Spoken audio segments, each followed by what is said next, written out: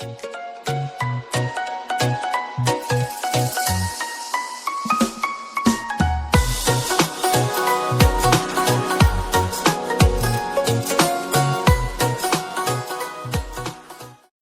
And good evening everyone. Let's start today's class.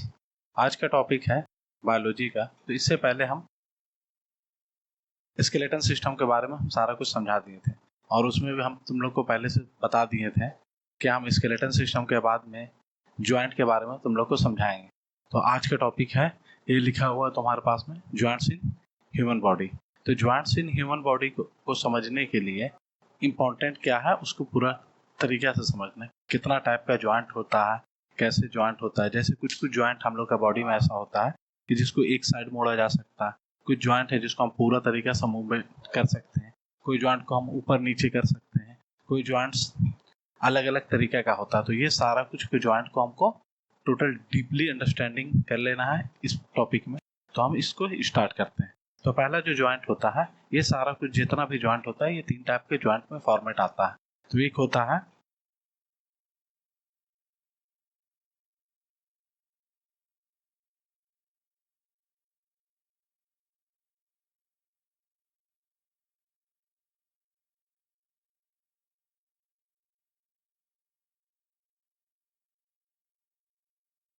एक होता है इमूवेबल ज्वाइंट। इमूवेबल नाम से ही पता चल रहा है। इमूवेबल का मतलब होता है वो ऐसा ज्वाइंट जो मूव नहीं कर सके। तो इससे पहले भी हम चैप्टर में तुम लोग को समझा चुके हैं एक बोन की नर्वस सिस्टम में। तो नर्वस सिस्टम में हम बताए थे कि जो ब्रेन होता है, ब्रेन में तुम्हारा क्रैनियम बोन रहता है। वो जो क्रैनियम बोन रहता है वो आपस में 8 बोन का कलेक्शन रहता है। वो सारा बोन जो आपस में इंटरकनेक्टेड रहता है। लेकिन ये जो ज्वाइंट रहता है ये मूवमेंट नहीं करता है। मतलब मूवमेंट तभी करेगा जब मेरे ब्रेन में कहीं से चोट लग जाएगा, कोई भारी भरकम चीज आके टकरा जाएगा तो वो मेरा पार्ट बाय पार्ट खुल जाएगा। यही ज्वाइंट जो रहता है वो टीथ में भी पाया जाता है। जब हम लोग टीथ को चेक करते हैं तो वो टीथ क्या रहता है, गम के साथ में इंटरकनेक्टेड रहता है। इतना टाइटली इंटरकनेक्टेड रहता है। लेकिन हाँ, कुछ कभी कभी हम लोग को लगता है कि टीथ हम लोग का हिल रहा है, तो इसका मतलब ये हुआ कि वो कुछ दिन के बाद, 10-15 दिन के बाद में उखड़ जाएगा। तो इमूवेबल ज्वाइंट को समझने के लिए हम पहले भी तुमको यही चीज बता दिए। ये इसमें क्या रहता है, फाइब्रस ज्वाइंट रहता है ये।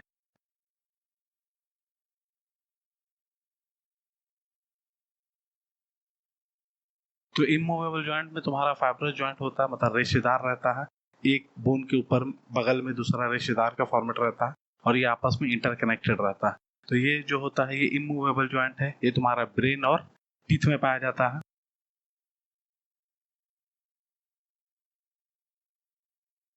ऐसा कुछ इसमें हार्ड नहीं है जो तुम लोग को ज्यादा देर समझना पड़े। इमूवेबल मतलब जो मूव नहीं करे। और दूसरा इसमें फाइब्रस ज्वाइंट होता है और ये ब्रेन और टीथ में पाया जाता है। ये तो हम सारा कुछ समझा दिए। ये ब्रेन में तुम्हारा क्रैनियम बोन जो रहता है उसी के साथ में इंटरकनेक्टेड रहता है, सारा कुछ मिला रहता है। इसके बाद आ जाता है तुम्हारे पास में दूसरा मूवेबल है, यहाँ इमूवेबल। इसके बाद आ जाता है स्लाइटली मूवेबल।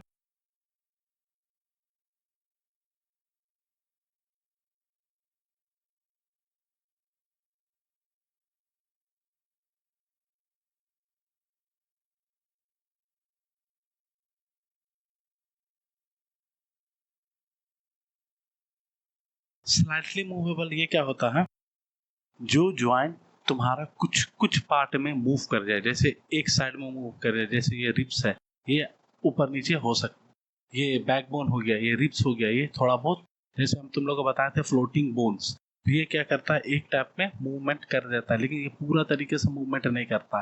कुछ कुछ ही पार्ट मूव करता है। जैसे अगर हम बैकबोन का बात करें तो थोड़ा सा हम ऐसे हो सकते हैं, थोड़ा सा हम नीचे की तरफ झुक सकते हैं। तो ये आगे पीछे थोड़ा सा मूव कर सकता है। लेकिन अगर हम बोलेंगे पूरा तरीके से मूव कर जाए तो ये पॉसिबल नहीं। इसीलिए इसका नाम रखा है स्लाइटली मूवेबल, जो थोड़ा बहुत मूव कर सकता है। अब इमूवेबल जो कुछ भी मूवमेंट नहीं करे। तो अब स्लाइटली मूवेबल में क्या चीज पाया जाता है, इसमें हम बताए थे तुमको फाइब्रस ज्वाइंट होता है। स्लाइटली मूवेबल में तुम्हारा कार्टिलेजिनियस होता है।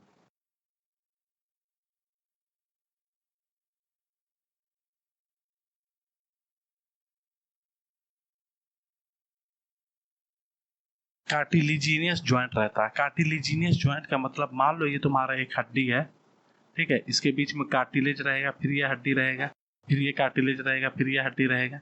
मतलब इस टाइप का जो ज्वाइंट रहता है इसको हम कहते हैं कार्टिलेजिनियस ज्वाइंट। ये कार्टिलेजिनियस ज्वाइंट किस में पाया जाता है? ये तुम्हारा रिब्स और स्पाइनल कॉर्ड मतलब वर्टिब्रल कॉलम।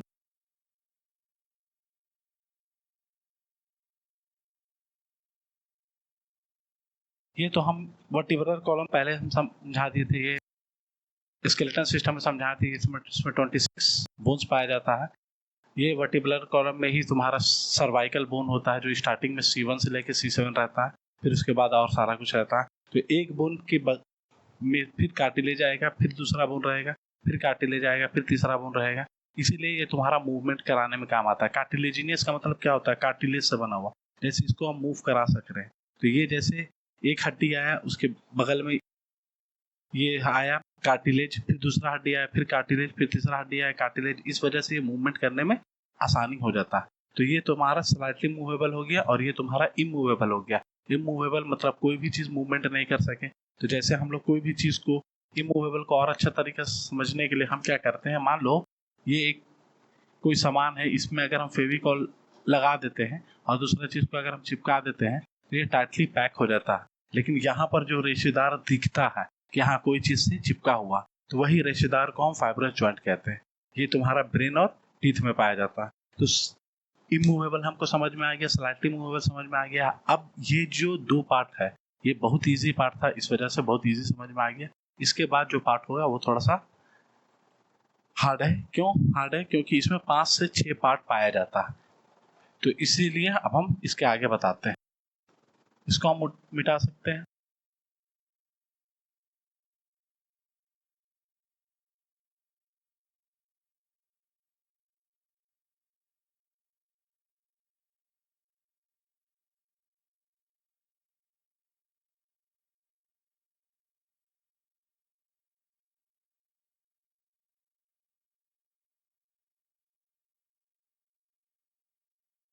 फ्रीली मूवेबल मतलब एक ऐसा ज्वाइंट मूवमेंट हो जाए जिसमें एक बोन दूसरे बोन के साथ में मिल जाए और वो फ्रीली मूव कर सके। मतलब हर तरीके से इसको मूवमेंट हो सकता है।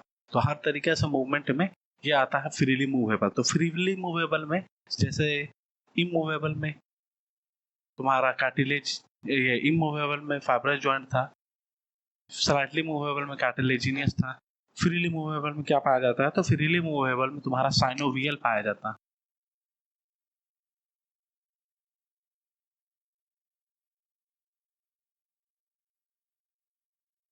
साइनोवियल ज्वाइंट होता है। तो साइनोवियल ज्वाइंट का मतलब ये क्या करता है, ये हर तरीके से मूवमेंट करा सकता है।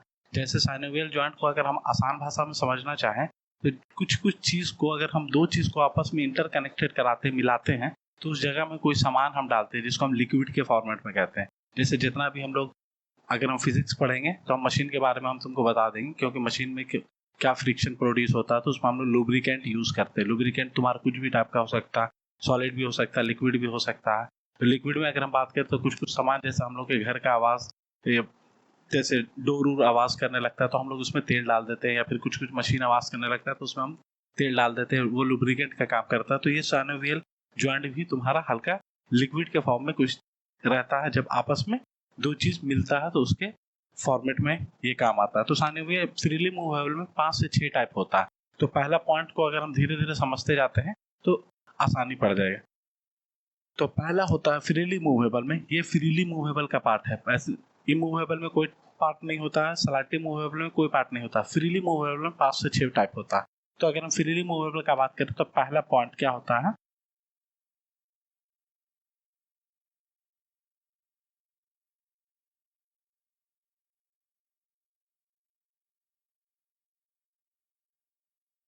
पहला पार्ट होता है ball and socket joint. Ball and socket joint का मतलब क्या होता है, कभी भी तुम बॉल ये सॉकेट देखे होगे, सॉकेट में हम लोग प्लग डालते हैं तो इसका मतलब यहाँ पर कोई स्पेस रहेगा जिसके अंदर ये जाके आराम से फिट हो सके। तो यही चीज यहाँ पर भी काम करता है। तो सॉकेट कहाँ पर पाया जाता है हम लोग के बॉडी में?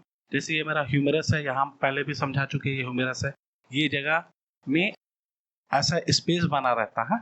ठीक है, ऐसा स्पेस बना हुआ और ये तुम्हारा ह्यूमरस आके इसमें आपस में आके कनेक्ट कर गया। तो ये क्या करेगा, इसको कहेंगे, ठीक है, इसको कहेंगे हम स्लाइटली मूवेबल, ठीक है।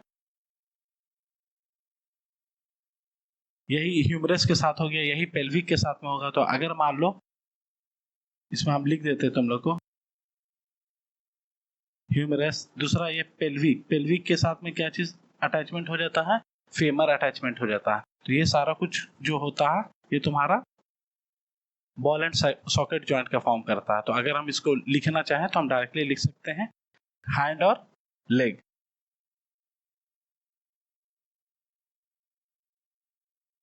हैंड में तुम्हारा ह्यूमरस अटैचमेंट होगा और लेग में तुम्हारा फेमर अटैचमेंट होगा, फेमर पेल्विक के साथ में अटैचमेंट हो जाएगा। तो ये हो गया बॉल एंड सॉकेट जॉइंट। इसके बाद जो जॉइंट आता है उसको हम कहते हैं सॉकेट, नाम से पता चल रहा है। तो सॉकेट का इस ले लेते हैं, ठीक है, सॉकेट का हम इस ले लेते हैं। तो इस से बना है सैडल। तो ये तुम्हारा पहला पार्ट था, ये तुम्हारा दूसरा हो गया सैडल। सैडल क्या होता है, ये भी एक जॉइंट होता है, लेकिन ये जो जॉइंट होता है बॉल एंड सॉकेट का छोटा पार्ट होता है। जैसे छोटा पार्ट का मतलब, जैसे ये थंब को देख लो, थंब इसमें आके इंटर कनेक्टेड है ना, तो इसको हम चारों तरफ में घुमाया जा सकता है, ठीक है, ये मूवमेंट कर सकता है। तो ये हो गया तुम्हारा सैडल, सैडल जॉइंट। तो ये सैडल जॉइंट किसमें पाया जाता है, थंब में। यहाँ तक क्लियर है। तो पहला हो गया बॉल एंड सॉकेट जॉइंट, दूसरा हो गया सैडल जॉइंट, तीसरा जो जॉइंट होता है उसको हम कहते हैं हिंज जॉइंट।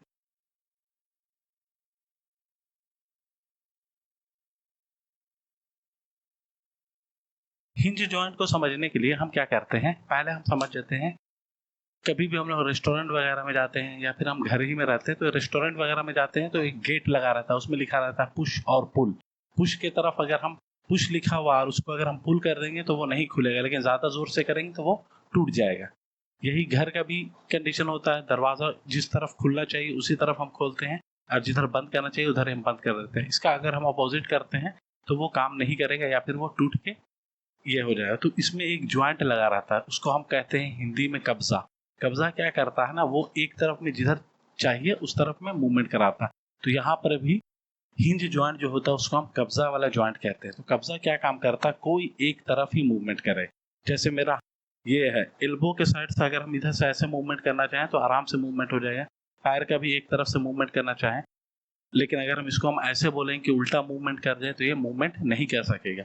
बहुत अच्छी बात है, नहीं मूवमेंट करें ना, नहीं तो पता चला चलते चलते हम एक तरफ मूवमेंट की जगह दूसरी तरफ मूवमेंट हो गया तो हम अचानक से गिर जाएंगे। तो जहां पर तुम्हारा एल्बो के साथ में कनेक्टेड होता है और जहां पर नी के साथ में कनेक्टेड होता है वो होता है हिंज जॉइंट।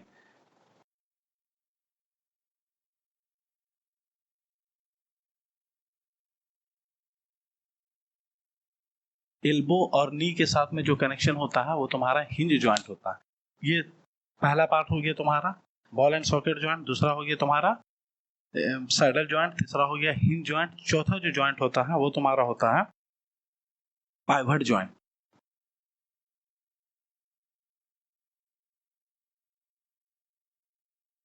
पाइवट जॉइंट का एक और पार्ट होता है, ठीक है ना, पाइवट जॉइंट का एक और पार्ट होता है जिसको हम कहते हैं इलिप्सॉइड।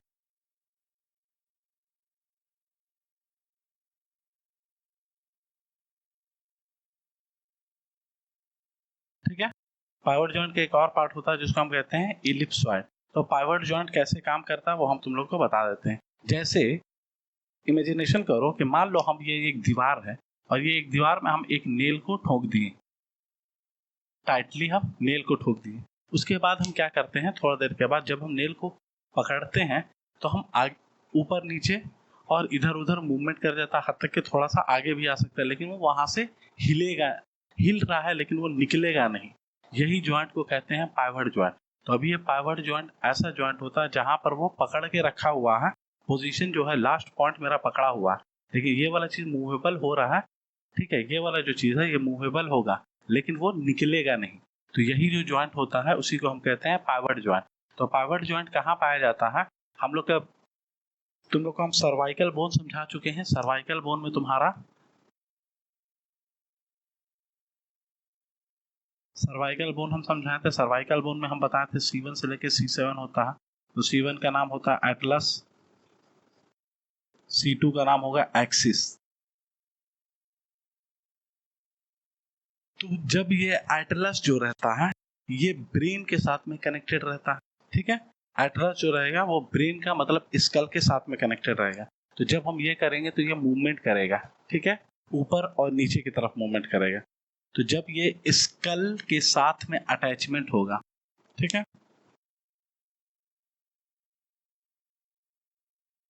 स्कल के साथ में अटैचमेंट होगा किसका, एटलस का। स्कल के साथ में जब अटैचमेंट होता है एटलस का तो ये ऊपर नीचे मूवमेंट कराने में मदद करता है। जैसे हम ऊपर नीचे कर लिए तो ये होता है स्कल प्लस एटलस के साथ में जो जॉइंट पाया जाता है इसको हम कहते हैं पाइवट जॉइंट, ठीक है। इसके बाद आता है एट इलिप्सॉइड। इलिप्सॉइड क्या होता है, एटलस जिसको इसको हम C1 बोलते हैं, तो यहाँ पर भी हम लिख देंगे एटलस जिसको हम C1 कहेंगे प्लस एक्सिस जिसको हम C2 कहेंगे। तो ये जगह पे हम लिख देते हैं ऊपर नीचे, ठीक है।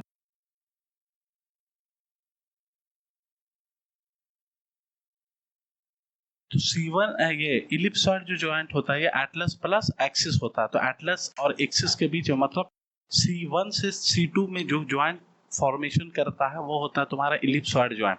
तो ये इलिप्सॉइड जॉइंट क्या करता है, ये इधर उधर दोनों तरफ हम मूवमेंट कर सकते हैं। मतलब लेफ्ट राइट में मूवमेंट कराने में जो काम आता है, जो जॉइंट होता है वो इलिप्सॉइड जॉइंट होता है। तो ये हो गया लेफ्ट राइट, ठीक है। तो अभी तक में हम कितना जॉइंट हम पढ़ चुके हैं, साइनोवियल जॉइंट, फ्रीली मूवेबल में बॉल एंड सॉकेट जॉइंट हो गया, दूसरा सैडल जॉइंट हो गया, तीसरा हिंज जॉइंट हो गया, चौथा पाइवट जॉइंट हो गया, पांचवा तुम्हारा इलिप्सॉइड जॉइंट हो गया। तो ये पांचों समझने के बाद हम छठा जॉइंट पर आते हैं। जो छठा जॉइंट होता है वो तुम्हारा होता है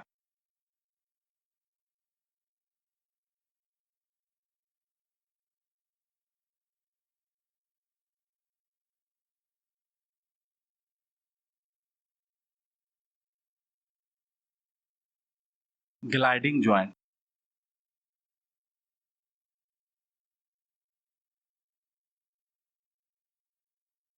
तो ग्लाइडिंग जॉइंट का मतलब क्या होता है, ग्लाइड कर सके। मतलब कभी कभी हम लोग बचपन में टीचर लोग मारते थे ना, या फिर कोई बड़ा आदमी लोग हम लोग का हाथ पकड़ता है और ऐसे करके मूवमेंट करा देता है। तो इसका मतलब यहाँ पर जो हड्डी हम बता दिए थे, कार्पल का हड्डी जो रहता है वो क्या करता है, फिसलने का काम करता है। तो ये जब फिसलता है तो ये क्या करता है, हम लोग को बहुत ज्यादा दर्द देने लगता है।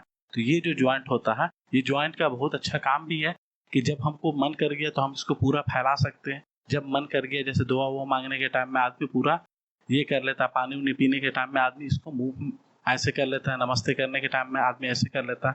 तो ये क्या है, ये मूवमेंट कर जाता है। तो यहाँ पर जो ज्वाइंट रहता है ये जब जितना भी है ये जब अपने हिसाब से डिजायर के हिसाब से हम अपने आप को मूवेबल करा लेते हैं। तो ये जो ज्वाइंट होता है इसको हम ग्लाइडिंग ज्वाइंट कहते हैं, जिसको फिसलना कहा जाता है। तो ये फिसलना वाला किस में पाया जाता है, पाम में पाया जाता है। तो बस इतना ही ज्वाइंट होता है तुम लोग के पूरा बॉडी में। पहला होता है इमूवेबल जो मूवमेंट नहीं कर सके, दूसरा होता है स्लाइटली मूवेबल जो हल्का बहुत मूवमेंट कर सके। जैसे हल्का बहुत मूवमेंट में रिप्स में आ जाता है। इस वजह से जब पुलिस का बहाली होता है, BSF CISF का बहाली होता है तो उसमें फुलाया जाता है, छाती फुला के दिखाओ। तो जब छाती नॉर्मल में होता है तो 80 मांगता है, फुलाने के बाद 85 मांगता है। तो वो हल्का सा मूवमेंट कर देता है। इस वजह से अगर वो मूवमेंट नहीं करता तो वो मूवमेंट मतलब फूलता नहीं, तो एक टाइम आता है वो थोड़ा सा मूवमेंट करता है। यही चीज हम तुमको वर्टिब्रल कॉलम में बताए थे, वो आगे पीछे हो जाता है। जैसे हम इसको हल्का सा पीछे ले सकते हैं, इसको हम हल्का सा आगे ले सकते हैं। तो ये स्लाइटली मूवेबल, हल्का बहुत मूवमेंट करता है। तो ये रिब्स और वर्टिब्रल कॉलम में पाया जाता है। तीसरा हो गया फ्रीली मूवेबल। फ्रीली मूवेबल में 5 से 6 टाइप होता है। कभी कभी तुम बुक में देखना 5 ही पार्ट रहेगा। तो ये 5 पार्ट में ना ये तुम्हारा सिर्फ पाइवट में इलिप्सॉइड को एडिशन कर देगा या फिर इलिप्सॉइड को ही हटा देगा, ऐसा नहीं है। तो इसलिए हम तुम लोग को पूरा 6 पार्ट समझा देंगे कि ताकि तुम लोग को बाद में प्रॉब्लम कभी नहीं कर सके। बुक में तुम लोग कभी कभी देखना 5 ही पॉइंट दिया रहेगा।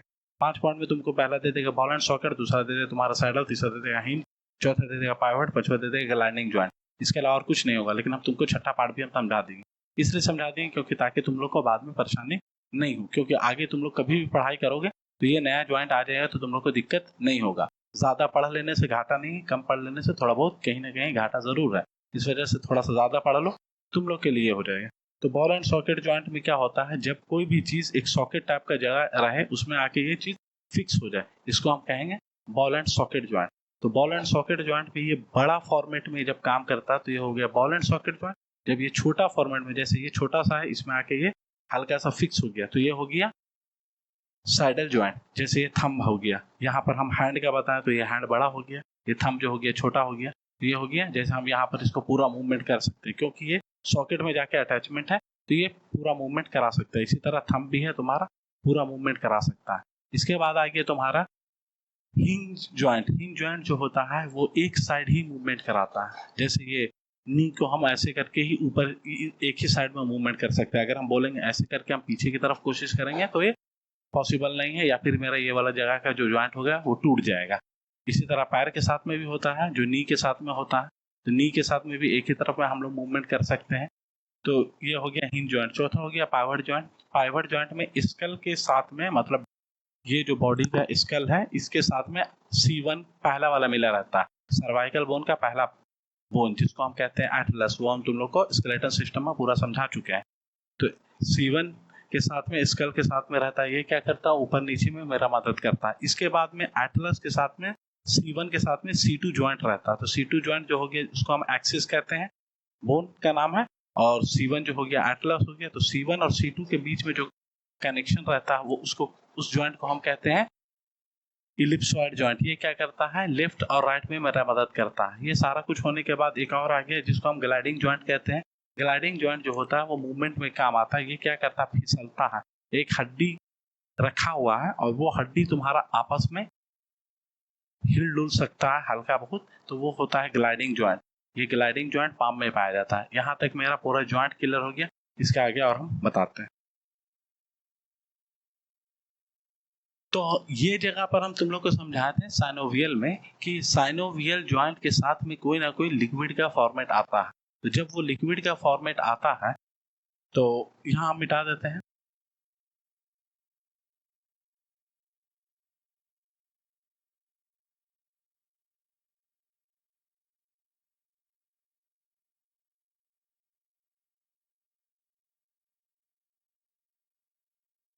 साइनोवियल जॉइंट में हम तुम लोग को बताए थे लिक्विड का फॉर्मेट आता है। यही लिक्विड के फॉर्मेट से वो क्या करता है, वो मूवमेंट करने में आसानी होता है। तो अभी हम लोग या तुम लोग को जब हम लोग कोई भी चीज मूवमेंट करते हैं, जैसे ऐसे कर रहे हैं या फिर हम बैठ रहे हैं उठ रहे हैं, तो हम लोग को कोई भी दर्द नहीं होता है। क्यों नहीं दर्द होता है, क्योंकि ये लिक्विड मेरा एज इट इज मेरा काम कर रहा है। लेकिन एक ऐसा टाइम आता है, एक ऐसा एज आता है, जैसे आज बुढ़ापा में, तो बुढ़ापा में एक बीमारी हो जाता है जिसको हम कहते हैं गेठिया। गेठिया जो बीमारी होता है ना, इसमें क्या होता है, ज्वाइंट्स में जितना भी ज्वाइंट्स वहां सारा जगह में दर्द देने लगता है। तो ये दर्द देना क्यों चालू हो जाता है, तो ये दर्द देते साथ में इसमें आवाज भी करता है, आवाज करता है, दर्द देता है। तो एक्चुअली में ये क्या होता है, ये जो लिक्विड रहता है इस जगह पर, ठीक है, इस जगह पर एक नया चीज पाया जाता है जिसको हम यूरिक एसिड कहते हैं। तो जितना ज्यादा यूरिक एसिड इंक्रीमेंट होने लगेगा ये लिक्विड पूरा डिक्रीमेंट होने लगेगा। यही चीज के लिए हम तुम लोग को बताए थे कि कभी कभी कोई कोई चीज के साथ में हम लोग क्या करते हैं, जब आवाज करने लगता है तो उसमें हम लिक्विड डाल देते हैं। लिक्विड डाल देते हैं तो वो क्या करता है, आवाज करना बंद कर देता है। तो यहाँ जितना यूरिक एसिड बढ़ जाएगा तो ये लिक्विड सारा कुछ खत्म हो जाएगा। तो ये लिक्विड खत्म हो गया तो ये यूरिक एसिड वहां पर इंक्रीमेंट हो गया और लिक्विड खत्म हो गया। इस वजह से जब भी बूढ़े लोग को तुम देखना बैठने उठने में दोनों में प्रॉब्लम होता है और हड्डी का आवाज भी करता है, ठीक है। तो जो बैठ जाते हैं उस बहुत लंबा टाइम के बाद उठते हैं या फिर लाठी लेके चलना चालू कर देते हैं, क्यों होता है, क्योंकि उसको गठिया बीमारी हो जाता है। तो ये जो गठिया बीमारी हो जाता है ये ज्वाइंट्स में ही होता है। तो जितना भी ज्वाइंट्स होता है वो सारा कुछ का लिक्विड खत्म हो जाता है, वहां पर यूरिक एसिड का मात्रा बढ़ जाता है, ठीक है। तो ये यहाँ तक क्लियर है। इसके बाद आता है, अब सवाल यहाँ पर ये आया कि जब हम लोग का बॉडी का जो मास है उस वो हड्डी के साथ कनेक्टेड होगा या फिर मेरा जो हड्डी है वो हड्डी के साथ कनेक्टेड होगा, ठीक है। तो जब बॉडी, जैसे ये मान लो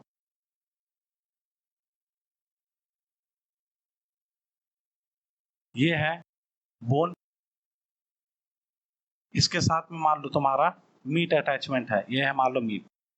तो जब ये बोन और मीट आपस में मिला तो नहीं होगा ना, तो ये जब मिला होगा, तो जब बोन और मीट दोनों आपस में मिलता है, ठीक है, तो इसको हम, ये क्या चीज के साथ में मिलता है, ये टेंडन, तो इसको डायरेक्टली लिख दो बोन प्लस मीट। बोन के साथ में अगर हम मांस को अटैचमेंट कराते हैं तो वो होता है टेंडन, ठीक है। और इसके बाद आ जाता है बोन के साथ में बोन, जैसे मान लो यहाँ पर एक बोन आया और यहाँ दूसरा बोन आया, ठीक है, तो ये बोन आपस में इंटरकनेक्टेड हुआ ये जगह में, तो जब ये दोनों कनेक्शन यहाँ पर आया तो इसको हम कहते हैं लीगामेंट। तो बोन के साथ बोन जब अटैचमेंट होता है तो उसको हम कहते हैं लीगामेंट।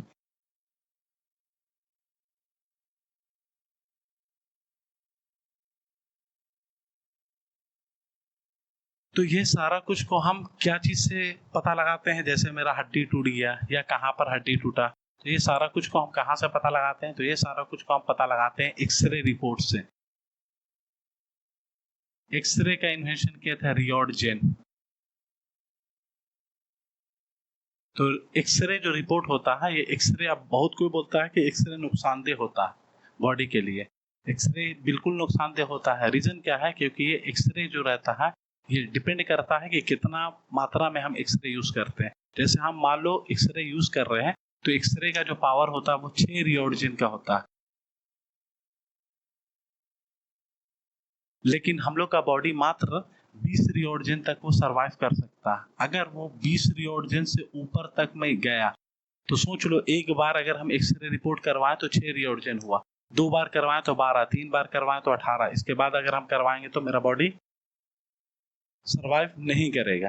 इस वजह से तुम जब देखे होगे, जब किसी का हड्डी उड्डी टूटता है, कंटिन्यूअस हड्डी टूटता है, तो उसको ठंड के समय में ज्यादा दर्द महसूस होता है। क्यों? और उसका हड्डी का स्ट्रेंथ खत्म हो जाता है। रीजन क्या है? क्योंकि वो बार बार एक्सरे कराएगा तो उसका बर्दाश्त करने का क्षमता खत्म हो जाएगा। यही एक्सरे जो तुम्हारा यही एक्सरे रेस जो आया था, ये 500 अगर एक्सरे रेस 500 अगर रियोडजिन हो जाएगा तो ये तुम्हारा न्यूक्लियर बॉम्ब से निकलता है, जो दिखेगा नहीं लेकिन नुकसानदेह बहुत है, ठीक है।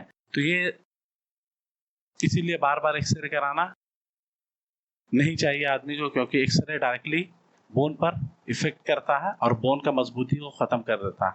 तो अगर बोन का मजबूती चाहिए तो कैल्शियम का मात्रा में जो जो चीज रहता है उसको खाया जाए। आज के लिए फिलहाल तुम लोग का सारा ज्वाइंट हम टोटल क्लियर करा दिए हैं। तुमको इससे पहले हम समझा चुके हैं बोन के फॉर्मेट में स्केलेटन सिस्टम, ये सारा कुछ हम क्लियर करवा दिए हैं। तो स्केलेटन सिस्टम क्लियर करा दिए, 206 हड्डी होता है, कहाँ कहाँ पर होता है, क्या क्या होता है। उम्मीद है तुम लोग वीडियो देख के सारा कुछ समझ गए होगे। इसके बाद आया तुम्हारा joints in human body. Human body में कहाँ कहाँ पर कितना ज्वाइंट होता है, तो ये टोटल 3 टाइप का ज्वाइंट होता है।